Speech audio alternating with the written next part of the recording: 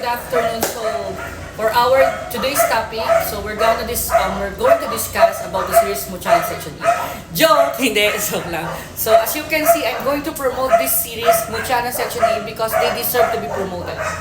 They deserve to be heard and seen by the Philippines because sobrang ganda ng series ito, guys. So, this series is starring Andres Mulak as Kiefer, Astin Olviga as JJ, and Robin Angeles as Yuri. So, sila yung tatlo na bida dito sa Muchanan Section E. And bakit siya tinawag na Muchanan Section E? Because we have this province school that has Section A, B, C, D.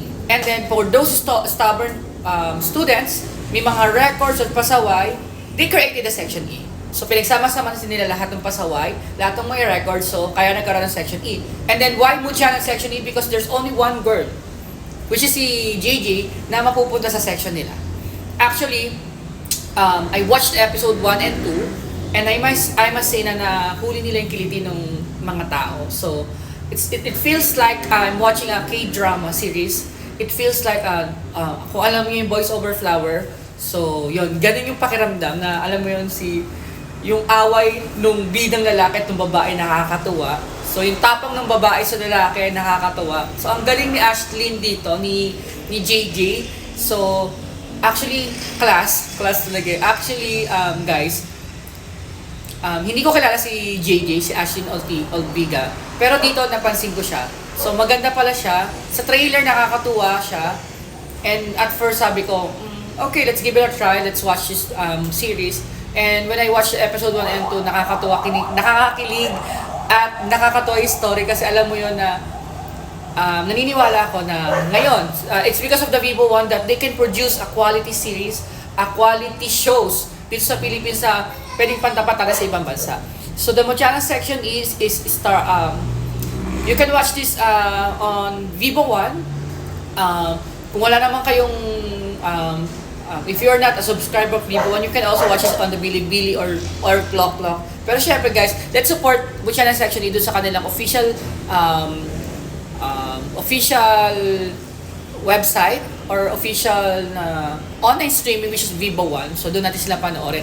Support nyo to, guys. So sobrang galing, sobrang ganda nung istorya. So the story revolves between the JJ, Kiefer, and Yuri.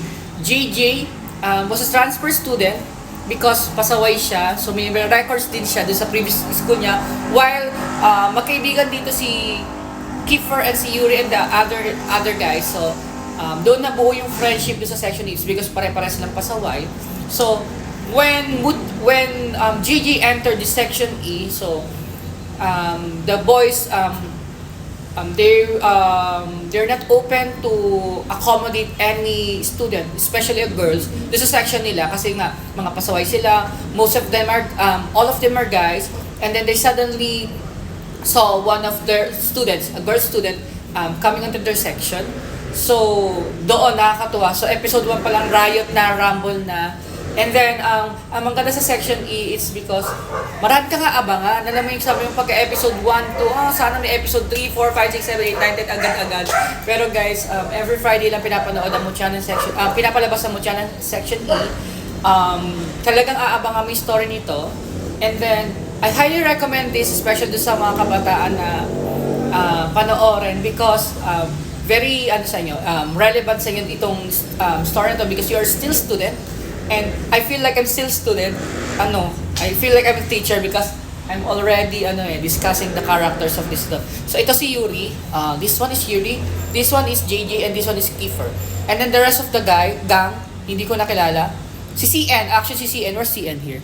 CN, where's CN? Nakalimutan ko na yung CN. I think this one is CN. So ayan, so siguro later on makikilala ko yung mga student dito. Later on siguro makakabisado ko rin yung characters dito. Pero guys, please do watch Muchanan Section E.